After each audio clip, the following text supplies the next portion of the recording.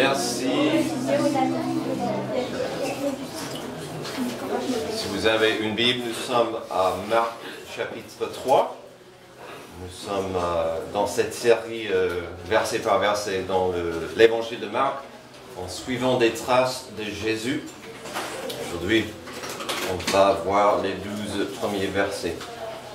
Alors, aujourd'hui, j'aimerais reciter le début de mon message de la semaine dernière, car la phrase, la question restera très applicable pour plusieurs sujets que nous allons aborder aujourd'hui. Et donc, voici ce que j'ai dit la semaine dernière. Parfois, il est difficile pour nous de comprendre comment Jésus pouvait recevoir tellement de résistance, tellement de critiques, puis éventuellement tant de haine des gens. Le plus que nous étudions des pages de Marc, le plus que nous découvrons cette friction. Et donc, on va voir encore ça. On voit que de la friction dernièrement, surtout des leaders religieux, des pharisiens, etc. Alors, la friction, la tension, même parfois l'opposition des autres, c'est une réalité moche que nous connaissons tous. Comme j'ai dit la semaine dernière, parfois on rencontre quelqu'un et assez vite on peut savoir si ça ne va pas aller au niveau de l'amitié. Parfois, vous croisez quelqu'un et il n'y a pas une connexion. Vous comprenez ça vite. Parfois, on peut même vite penser, je n'aime pas cette personne. Et parfois, ça peut arriver aussi. Mais aujourd'hui, nous allons continuer de voir des mots, des idées, des actions liées à l'opposition.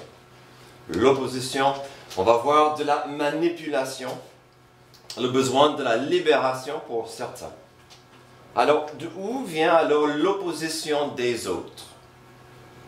Parfois, ça peut être de la compétition. Parfois, ça peut être la peur de ce qu'on ne connaît pas. Est-ce que quelqu'un pourrait allumer cette lumière, s'il vous plaît? C'est mieux pour l'enregistrement. Merci.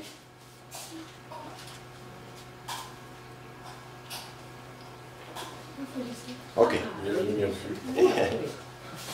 Alors, je disais,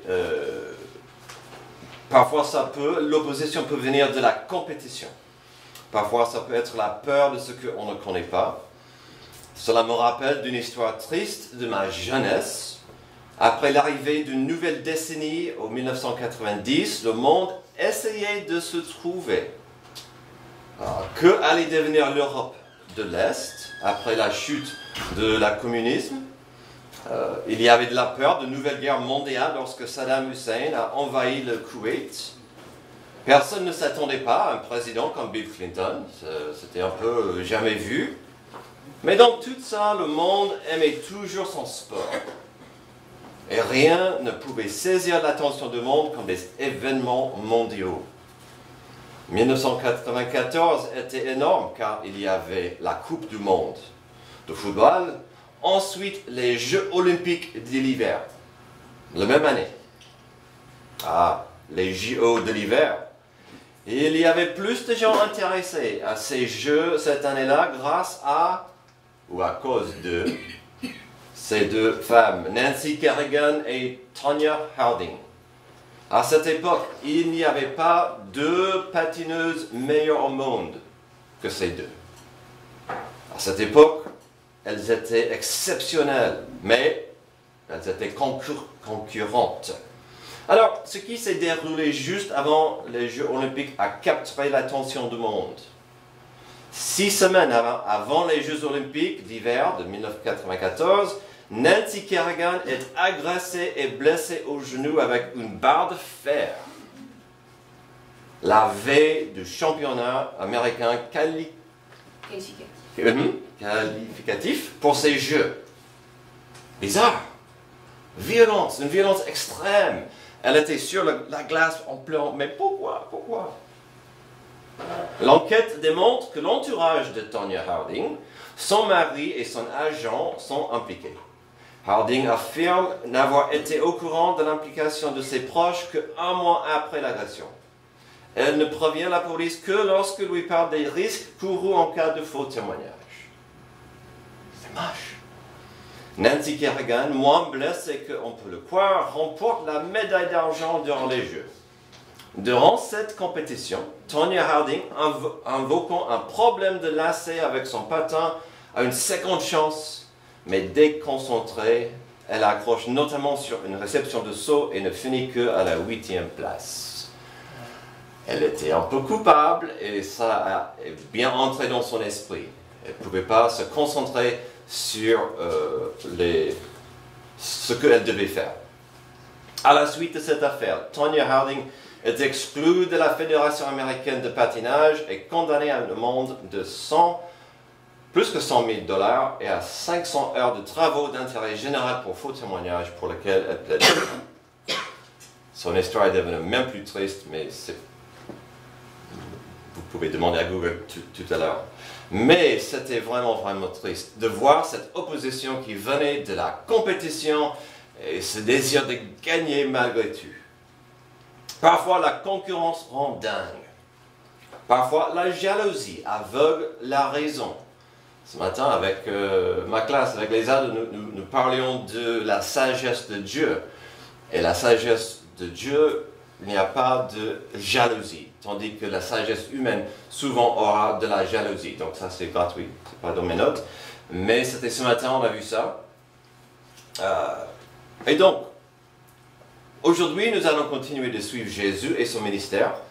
Permettez-moi de vous rappeler comment Marc a terminé notre dernier passage au chapitre 2. Après ce débat entre Jésus et les pharisiens sur l'importance du sabbat, Jésus a donné ceci en tant que justification pour les actions de ses disciples. Puis il leur dit, verset 27, « Le sabbat a été fait pour l'homme et non l'homme pour le sabbat, de sorte que le Fils de l'homme est le Seigneur même du sabbat. » Boum! C'était incroyable. Il disait même, « Je suis plus fort que la loi de Moïse. Je suis l'accomplissement de la loi. » Ce qu'il a dit était vrai et puissant, mais ils l'ont pris mal, ses ennemis. Et nous verrons dans quelques instants qu'ils ont saisi cela pour faire tomber Jésus. Pour eux, c'était la faille, ce dont ils pouvaient utiliser pour clouer Jésus. Enfin, Jésus a dit quelque chose, et c'était le sabbat. C'est avec le sabbat qu'on aura Jésus. Je l'aurai un jour. Avant de lire notre passage, permettez-moi de vous rappeler que notre histoire de Tonya Harding et Nancy Kerrigan est une simple réflexion d'un monde perdu. Le mal dont le cœur humain n'a pas changé depuis 1994. Nous vivons dans un monde brisé, une planète maudite par le péché. Et donc aujourd'hui, nous allons étudier des instances moches. Nous découvrirons un monde qui, à la base, va s'opposer à la paix de Dieu. Un monde qui aura peur de la grâce de Dieu. Une planète, notre planète, qui aura tendance à résister Jésus-Christ et ceux qui aimeraient le suivre. Alors, si vous comprenez le but de notre Église, c'est de faire et de former des disciples de Jésus, il y aura de l'opposition. Il y aura de la résistance. Il y aura des moments où ce n'est pas facile. Si vous allez dire, je m'identifie avec Jésus-Christ, je veux être son disciple, ça ne sera pas toujours facile. Pourquoi?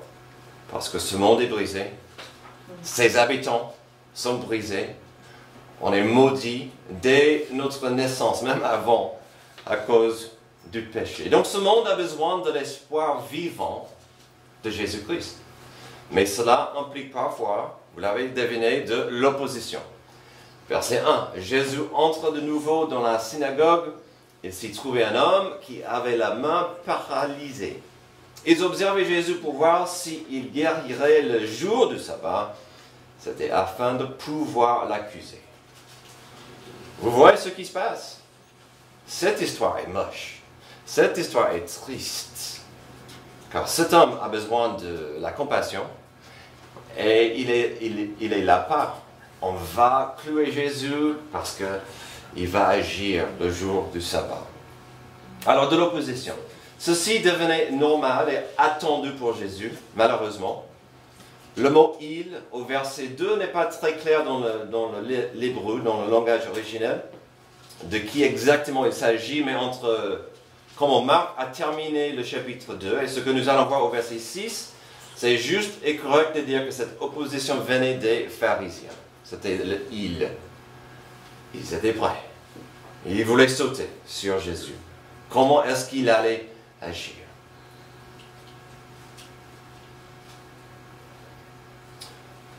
Alors pourquoi c'est important à savoir qui ils étaient? Car sur un niveau, nous avons de la compétition. Jésus enseignait avec pouvoir. Nous avons vu ça tout de suite quand on a ouvert les pages de Marc.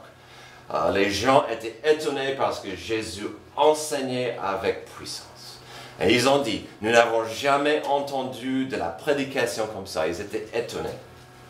Tandis que ce qu'ils recevaient des pharisiens était vraiment pas intéressant. Je vais rester gentil. Pas intéressant, trop sec. C'était que la loi. Il n'y avait pas d'application. Et donc, on a cette opposition, cette résistance de la compétition. Ces hommes perdaient de plus en plus d'influence, de plus en plus de pouvoir. Jésus enseignait avec pouvoir, il agissait avec pouvoir, il enseignait de la repentance, pas plus de religion. Eux prêchaient la religion. Jésus disait non, c'est la repentance. Vous voulez la paix de Dieu? Venez à lui dans la repentance. Venez à moi dans la repentance. Le Sauveur, il même prétendait d'être le Messie. Jésus n'a pas caché. Je suis le Sauveur qui vient pour instaurer le royaume de Dieu. Voici la bonne nouvelle de ma présence, c'est que le royaume arrive. Je suis votre Sauveur. Et ça rendait dingue ces messieurs, parce qu'ils perdaient énormément de pouvoir et de prestige, et ça c'était vraiment ce qu'ils aimaient bien. Donc on a cette compétition. Vous voulez parler de la compétition, des leaders religieux du jour perdaient de plus en plus de contrôle et pouvoir. Un pouvoir qui était enraciné dans la culture. Il est facile pour nous d'oublier que la loi de Moïse faisait partie de la culture. Donc ici, souvent on parle beaucoup culturel et culturel. À l'époque, c'était vraiment la même chose. La culture était enracinée dans la loi de Moïse. Et donc, ces hommes perdaient, ils avaient peur de perdre ce contrôle dans la culture. Ils étaient comme des polices. Ils étaient comme des agents de sécurité de l'époque. Ils s'opposaient à Jésus. Quand j'ouvre la Bible, quand je partage ces pages, j'essaie fortement d'expliquer la parole de Dieu, de ne pas abuser d'un passage, de dire voici ce que dit la Bible, parce que je veux que ce passage dit, parce que quelqu'un d'autre pourrait dire voici ce qui dit la Bible. Mais bien sûr, il y a des moments où des applications sont trop évidentes. Ici, nous avons une application tellement évidente. Aujourd'hui, c'est une bonne compréhension du verset 2 qui compte pour nous. Ils observaient Jésus pour voir s'il guérirait le jour du sabbat. C'était afin de pouvoir l'accuser. Nous sommes observés. Nous sommes observés. J'espère que ça ne vous fait pas peur. Mais les gens nous regardent. Ah, vous allez à l'église le dimanche. Mais qu'est-ce que tu fais lundi au boulot? Est-ce que vous trichez à l'école le mardi? Est-ce que vous faites n'importe quoi samedi soir? Les gens nous regardent. Pourquoi? Pour chercher des problèmes. Pour voir si notre foi est authentique. Et c'est un défi. La meilleure chose qu'on peut faire, c'est de dire chaque jour, je veux suivre Jésus. Je veux être son disciple. Est-ce que ça veut dire que je chuterai jamais? Non. Mais, comme Antoine dit souvent, on ne reste pas au sol.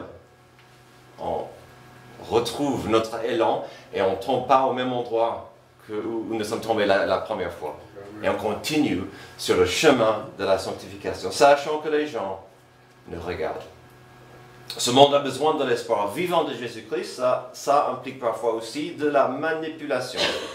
Versets 3 et 4. Jésus dit à l'homme qui avait la main paralysée, « Lève-toi, là, au milieu. » Puis il leur dit, est-il permis le jour du sabbat de faire du bien ou de faire du mal, de sauver une personne ou de la tuer? Mais ils gardèrent le silence. On a de la manipulation sur plusieurs niveaux ici. Ils ont pris la loi de Moïse pour manipuler, pour leurs intérêts. Ils vont manipuler le pauvre homme. Ils savaient que Jésus devait faire quelque chose dans la compassion. Ils voulaient manipuler Jésus à faire quelque chose d'incorrect. La manipulation. Vous connaissez le mot manipulation. Vous comprenez le sens du mot. Nous avons été tous victimes de la manipulation. Mais ici, nous avons un cas extrême. Techniquement, apparemment, c'était du travail de guérir. Qui peut dire?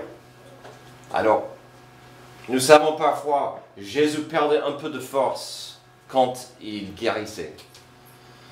Mais est-ce que c'était vraiment du travail pour Jésus de guérir?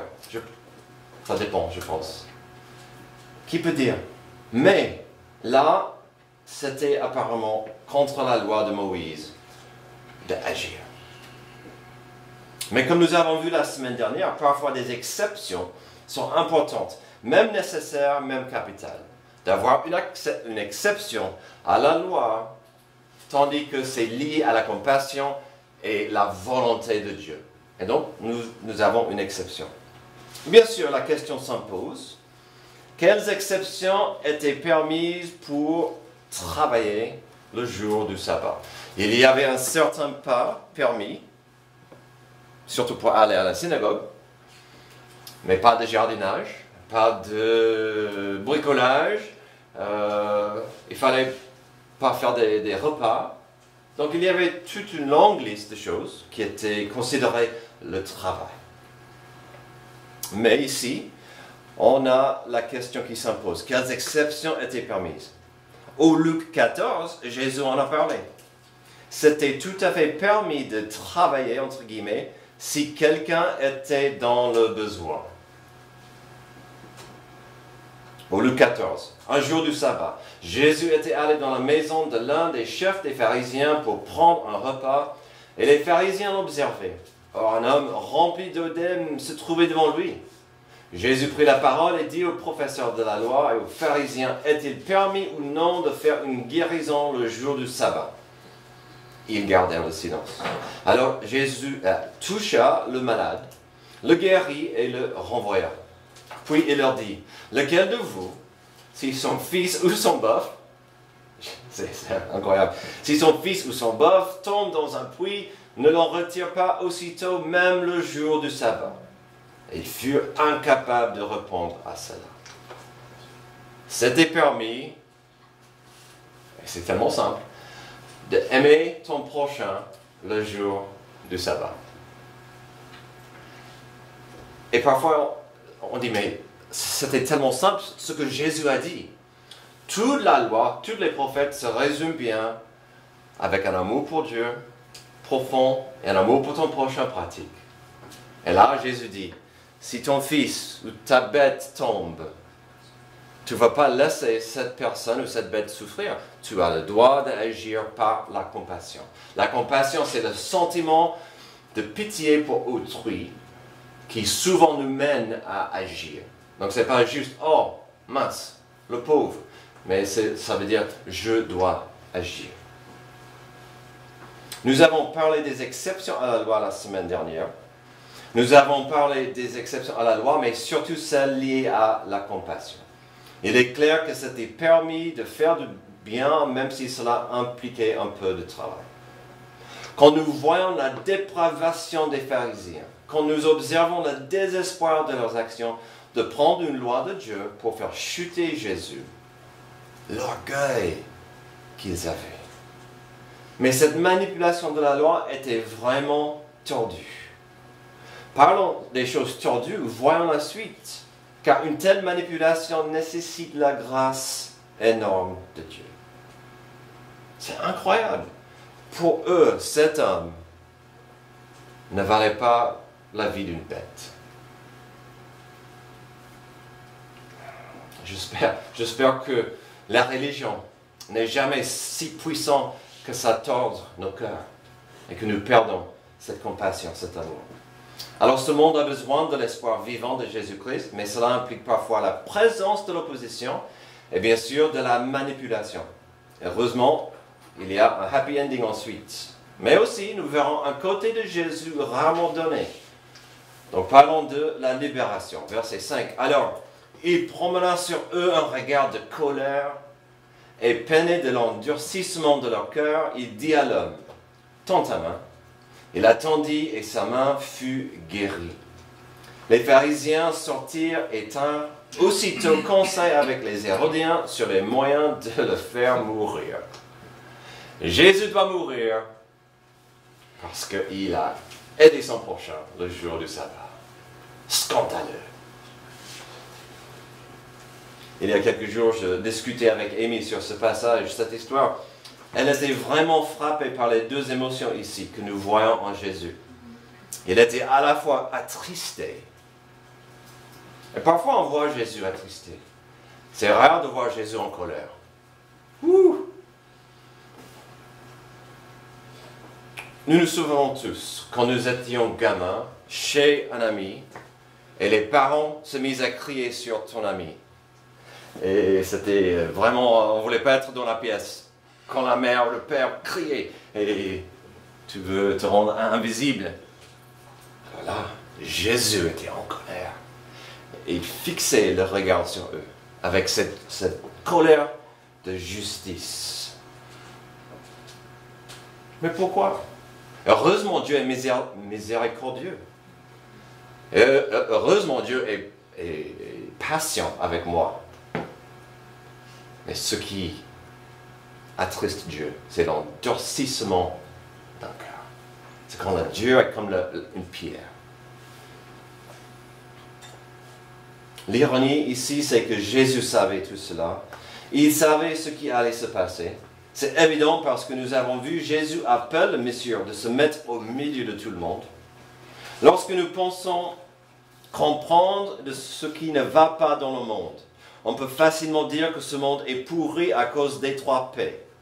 Et quelque part, ce n'est pas faux. Le prestige, le pognon, le plaisir. Oui, et surtout le pognon, qui corrompt toute la planète, oui.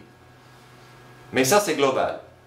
Ici, nous n'avons pas une scène classique de pourquoi, n'avons-nous pas une scène classique de pourquoi notre monde va mal. Des gens avec un peu de pouvoir, avec un peu d'influence, utilisent le peu qu'ils ont pour faire du mal. Finalement, la question que Jésus leur a posée était tellement profonde. Est-il permis le jour du sabbat de faire du bien ou de faire du mal, de sauver une personne ou de la tuer? Des gens qui pouvaient faire du bien et qui refusaient. C'est ça où le monde va mal. Et récemment, je reviens beaucoup à l'idée de notre temps. Alors, on parle souvent de dépenser notre argent, ou j'aimerais bien avoir plus d'argent de dépenser, mais le temps devient de plus en plus précieux. Comment est-ce que je dépense mon temps? Comment est-ce que nous dépensons notre temps libre? Est-ce que c'est en faisant n'importe quoi? Est-ce que c'est en aimant Dieu et notre prochain? Je vous encourage de penser comment vous dépensez votre temps. Parce que la vie est courte. Amen. La vie est éphémère. De faire du bien, de faire ce qui est correct va ou peut coûter quelque chose, certes. Mais dans ce monde brisé, dans ce monde perdu, n'avons-nous pas besoin de compassion? Le verset 6 est tellement révélateur. Les pharisiens sortirent et tinrent aussitôt conseil avec les Hérodiens sur les moyens de le faire mourir. Ça, c'était terminé. Jésus a guéri cet homme, il doit mourir. Comme nous avons vu avec l'homme paralysé, alité, celui qui est descendu du toit, un homme qui avait besoin de son entourage pour vivre, un homme qui a trouvé une nouvelle vie grâce à la foi. Certains gens ne comprennent pas la compassion. C'est triste, mais c'est la vérité. Certains ne comprennent pas la compassion. Ici, nous avons un groupe de gens qui avaient le cœur froid et dur.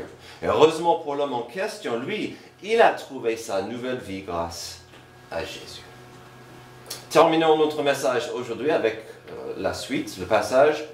Jésus se retira au bord du lac avec ses disciples. Une foule nombreuse le suivit, venue de la Galilée, de la Judée, de Jérusalem, de l'Idumée, de l'autre côté du Jourdain et des environs de Tyr et de Sidon.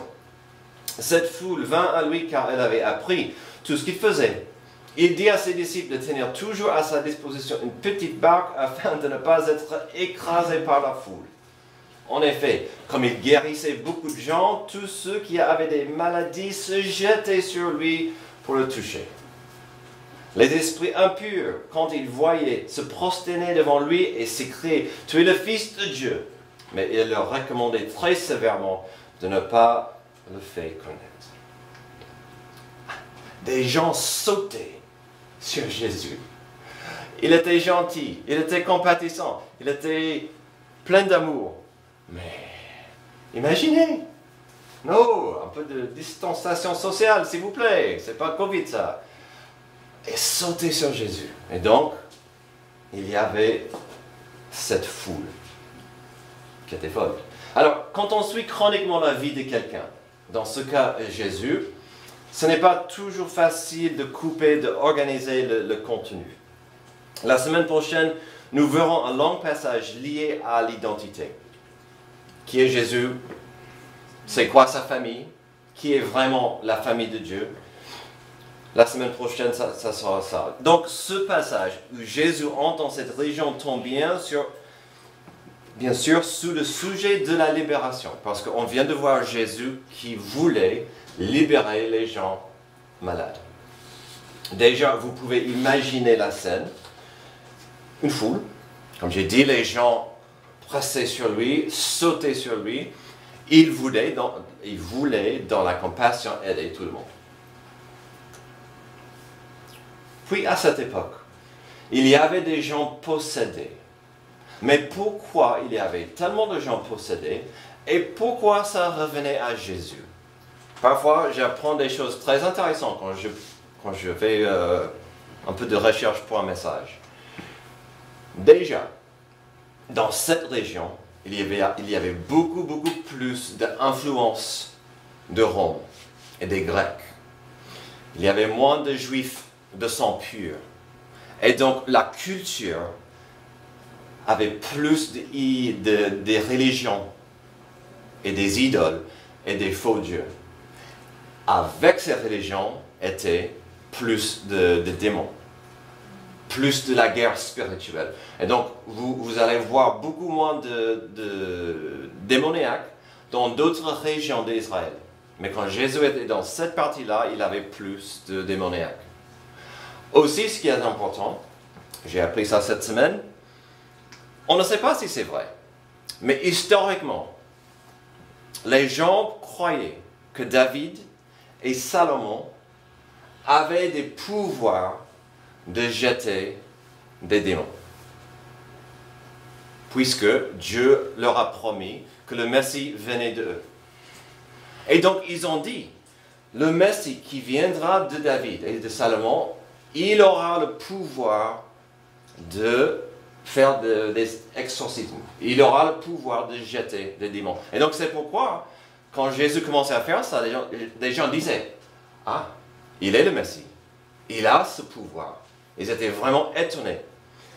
Encore un détail, il y a quasiment zéro mention dans l'Ancien Testament des démons ou des démoniaques.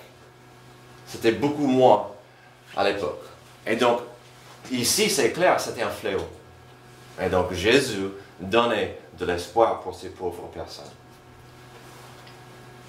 Il est évident dans la Bible que Jésus appréciait la foi. Ici, nous voyons de la foi, mais presque une foi prise par l'esprit du désespoir. Les gens croyaient en Jésus, mais il y avait ce désespoir de sauter à lui ou de crier qui il était. De toute façon, Jésus avait de la compassion. Heureusement. J'ai commencé tout à l'heure avec une histoire morbide de Nancy Kerrigan et Tonya Harding. Vous n'aviez pas besoin d'un rappel de combien notre monde est triste. Mais en même temps, nous pouvons constater que ce monde a besoin d'une touche divine. Est-ce que grand-chose a changé depuis 1994? Je pense que les choses vont de pire en pire. Notre monde a toujours besoin de pouvoir, le pouvoir rédempteur de Jésus-Christ. Un pouvoir qui rend le cœur qui est mort et donne ce cœur la vie. Et ce n'est que Dieu qui peut rendre la vie à nos cœurs, à nos âmes. Notre défi, bien sûr, est de vivre dans ce monde brisé, de vivre dans ce monde tordu, de vivre dans cette planète maudite par le péché,